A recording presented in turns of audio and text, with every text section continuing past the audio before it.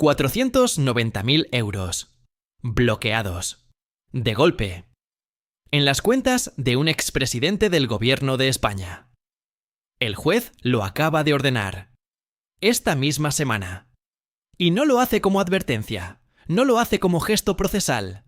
Lo hace porque los investigadores creen que ese dinero es el rastro físico de algo mucho más grave. Comisiones cobradas por influir en un rescate de 53 millones de euros de dinero público. Dinero de todos los españoles. Dinero que terminó en una aerolínea que llevaba meses sin volar. Y lo que viene después de ese bloqueo es más oscuro de lo que ese número sugiere. Porque esa cantidad, 490.780 euros exactos, coincide al céntimo con lo que la Audiencia Nacional calcula que recibió José Luis Rodríguez Zapatero de una sociedad pantalla llamada Análisis Relevante. Una empresa sin actividad real, sin empleados conocidos, sin producto que justifique semejante facturación a un expresidente. Solo pagos. Y una pregunta que nadie en el gobierno quiere responder en voz alta. ¿Por qué cobraba Zapatero ese dinero? ¿Qué servicios prestó exactamente a los dueños de Plus Ultra? ¿Quién más dentro del ejecutivo de Pedro Sánchez sabía lo que estaba ocurriendo? ¿Por qué el rescate de esa aerolínea se aprobó en tiempo récord, con una comisión técnica que recomendó no concederlo, y con la firma de varios ministros que hoy guardan silencio? Y sobre todo, ¿por qué el juez José Luis Calama habla de una estructura organizada, jerarquizada, con canales financieros opacos, documentación simulada y conexiones con Venezuela? Todo eso es lo que llevan meses investigando en la Audiencia Nacional. Y todo eso es lo que la semana que acaba de terminar sacó a la luz de forma simultánea, casi como si los distintos hilos de este caso hubieran decidido soltarse al mismo tiempo. La historia completa de cómo llegó a ocurrir esto, quién participó, cuánto dinero se movió y qué papel real tuvo el expresidente en todo ello, es más compleja y más perturbadora de lo que el bloqueo de esas cuentas deja ver. Quédate, porque lo que viene explica todo lo que acabas de escuchar. Era mayo de 2020. España estaba en pleno estado de alarma. Había millones de personas en ERTE, miles de empresas cerrando, y el gobierno de Pedro Sánchez acababa de activar el SEPI, el Fondo de Apoyo a la Solvencia de Empresas Estratégicas, con 10.000 millones de euros para rescatar compañías consideradas vitales para la economía española. Fue en ese contexto, en ese momento preciso, cuando los directivos de Plus Ultra Líneas Aéreas empezaron a llamar a sus contactos, y sus contactos tenían acceso al más alto nivel. Julio Martínez Martínez era el hombre que los investigadores de la UDEF llaman el testaferro de Zapatero. Una figura que aparece en los registros como el puente entre la aerolínea y el expresidente.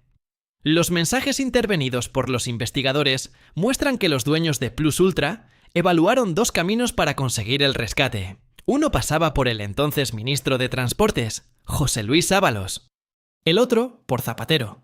Y fue el expresidente el que, según el auto del juez Calama, adquirió un papel predominante.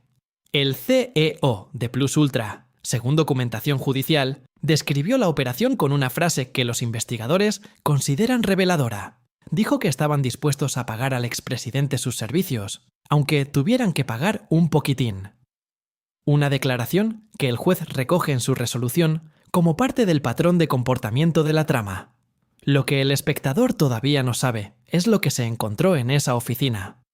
El 19 de mayo de 2026 fue el día en que todo lo que llevaba meses ocultándose en el secreto de sumario saltó de golpe. El juez Calama levantó ese secreto y publicó su auto. Ese mismo día, agentes de la UDEF y del Grupo Operativo de Intervenciones Técnicas registraron durante más de 6 horas la oficina del expresidente y las sedes de varias de sus sociedades mercantiles. 6 horas. Los investigadores salieron con documentación, dispositivos y registros que ahora están analizando. Y el auto del juez describía lo que ya tenían: 36 viajes de Zapatero, facturados a la sociedad pantalla de Julio Martínez. Viajes a Marruecos, China, Colombia.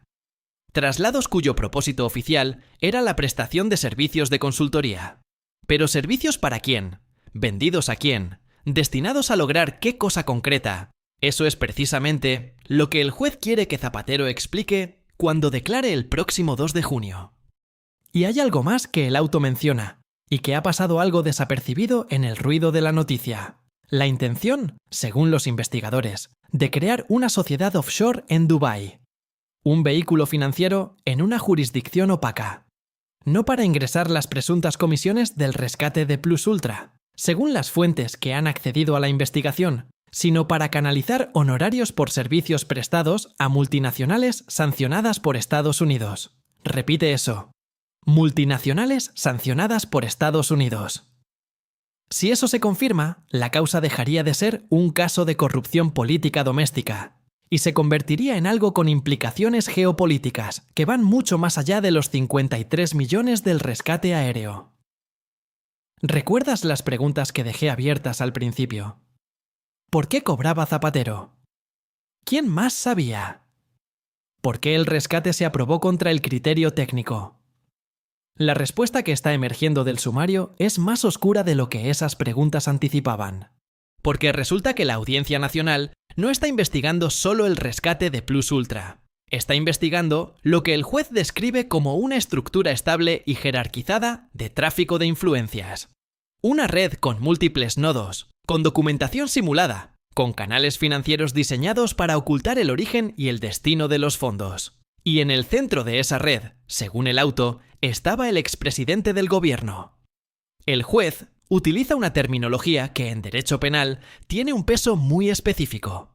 Habla de organización criminal, no de delitos aislados cometidos por individuos. Habla de una estructura que, según las pruebas recopiladas durante meses de investigación secreta, operaba de forma coordinada y con un objetivo claro: obtener beneficios económicos mediante la influencia sobre decisiones de la administración pública.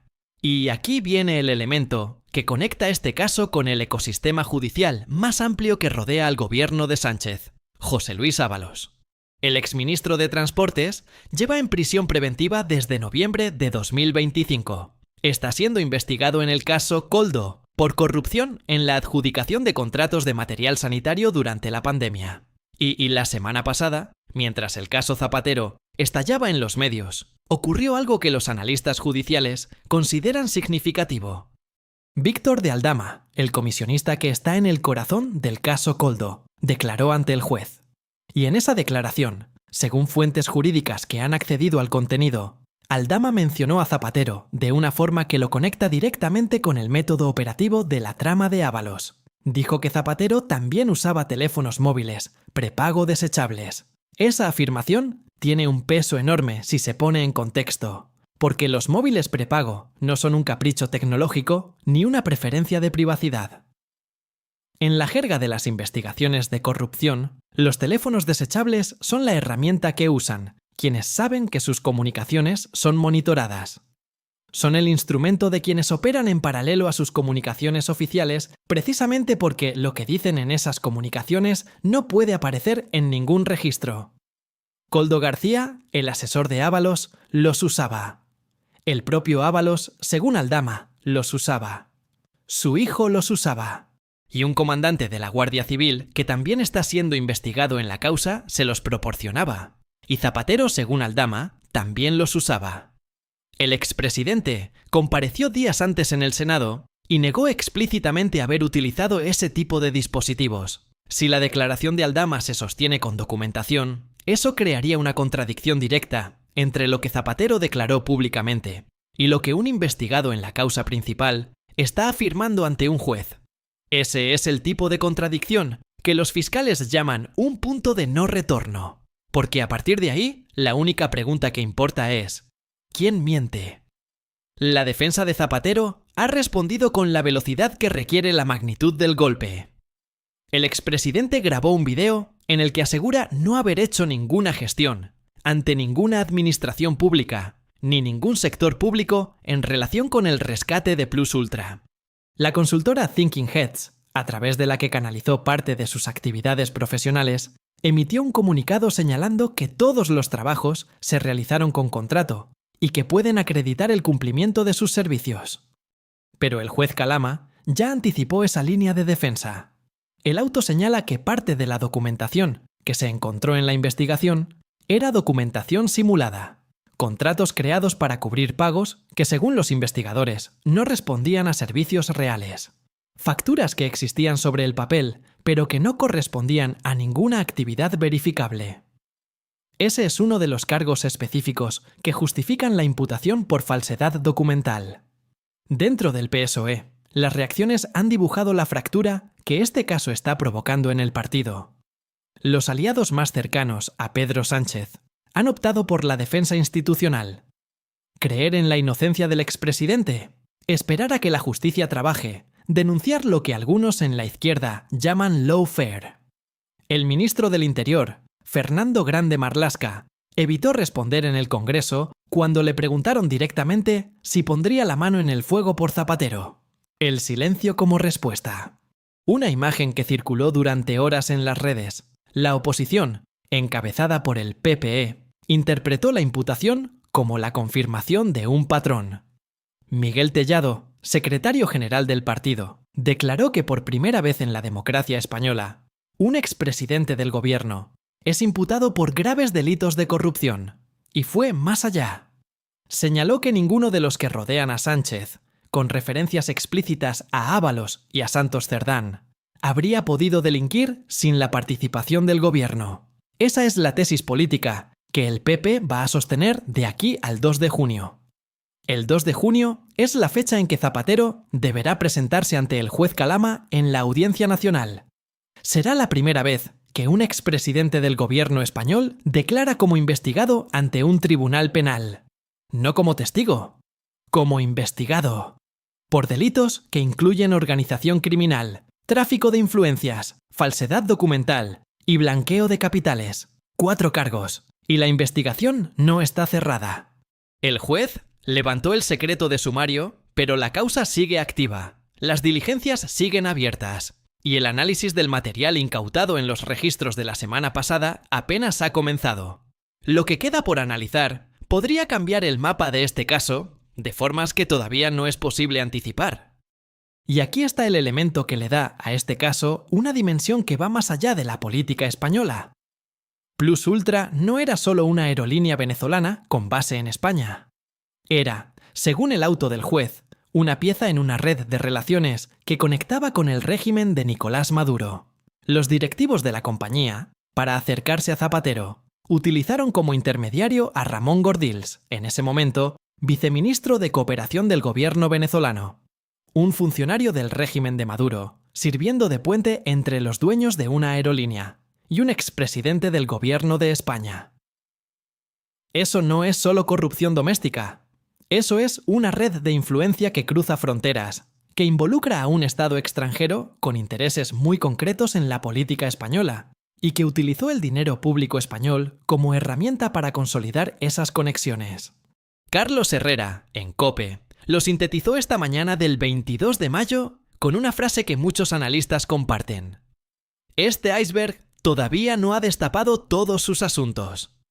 El uso que el régimen de Venezuela habría hecho de Rodríguez Zapatero como canal de acceso a decisiones del gobierno de España es una de las líneas de investigación que, si se confirma con documentación, transformaría este caso en un escándalo de seguridad nacional. Hay un detalle más que ha aparecido esta semana y que ha recibido menos atención de la que merece. El auto del juez incluye referencias a Watefab, una empresa vinculada a las hijas del expresidente. No como acusadas, no como investigadas directas, pero sí como parte del entramado societario que los investigadores están analizando. La extensión de la causa al entorno familiar inmediato de Zapatero es un movimiento que en la práctica judicial significa que los investigadores creen que el dinero, o parte del dinero, circuló por vehículos legales vinculados a personas de confianza del expresidente. Ese es el tipo de movimiento que los jueces hacen cuando quieren asegurarse de que los fondos no pueden desaparecer mientras la investigación avanza. El bloqueo de los 490.000 euros en las cuentas de Zapatero, ordenado el 21 de mayo, es precisamente eso, una medida cautelar para preservar el dinero que los investigadores consideran el rastro físico de las presuntas comisiones. No es una condena, no es una declaración de culpabilidad. Es una señal de que el juez cree que existe riesgo de que ese dinero desaparezca si no lo protege con una orden judicial.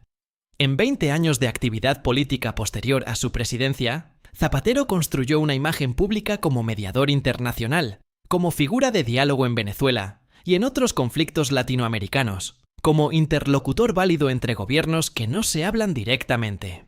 Una posición que le otorgaba acceso privilegiado a actores políticos y económicos en múltiples países. Y también, según los investigadores, una posición que tenía un valor comercial concreto para empresas con intereses en esos mismos países. Esa es la línea que el juez está tirando. El valor de las influencias no se mide solo por lo que se cobra directamente. Se mide también por la capacidad de abrir puertas que para otros están cerradas. Y en el caso de Plus Ultra, los investigadores sostienen que esas puertas eran las del Consejo de Ministros del Gobierno de España. Hay algo que todos los que llevan años cubriendo la política española coinciden en señalar cuando se les pregunta por este caso. Nunca antes se había llegado tan arriba. El caso Koldo llegó hasta un ministro en activo. El caso Cerdán llegó hasta el secretario de organización del PSOE. Y ahora el caso Plus Ultra llega hasta un expresidente. 3 escalones. 3 causas judiciales. 3 estructuras distintas de corrupción que, según los investigadores, tenían en común una cosa: la necesidad de acceso al poder para funcionar. El 2 de junio, Zapatero se sentará frente al juez Calama. Será el primer expresidente del Gobierno de España en declarar como investigado en una causa penal de esta naturaleza. Ese dato, independientemente de lo que ocurra después en el proceso judicial, ya es un punto de quiebre en la historia política reciente del país. Y lo que se diga o no se diga en esa declaración, lo que se entregue o no se entregue como documentación, lo que el análisis del material incautado en los registros revele en las próximas semanas, eso es lo que determinará si este caso sigue creciendo o empieza a cerrarse. Pero hay algo que el juez ya dejó por escrito y que no va a cambiar independientemente de lo que pase el 2 de junio. Los 490.700. 80 euros están bloqueados. El mapa de la estructura societaria está trazado. Los viajes están facturados. Los mensajes están intervenidos. Y la conexión con Venezuela está documentada. Ese rastro existe. Está en el sumario. Y el juez lo tiene. Lo que Zapatero va a declarar en 3 semanas va a ser una de las citas judiciales más seguidas de la historia reciente de España. Y lo que cuente, o lo que decida no contar, puede abrir nuevas líneas o puede hundir las existentes. Pero el rastro del dinero es difícil de discutir. Los 490.000 euros no aparecieron de la nada. Llegaron de algún sitio. Por algún motivo. A través de alguien que decidió que valía la pena pagarlos. Y esa es la pregunta que el juez quiere que responda el próximo martes 2 de junio. ¿Por qué?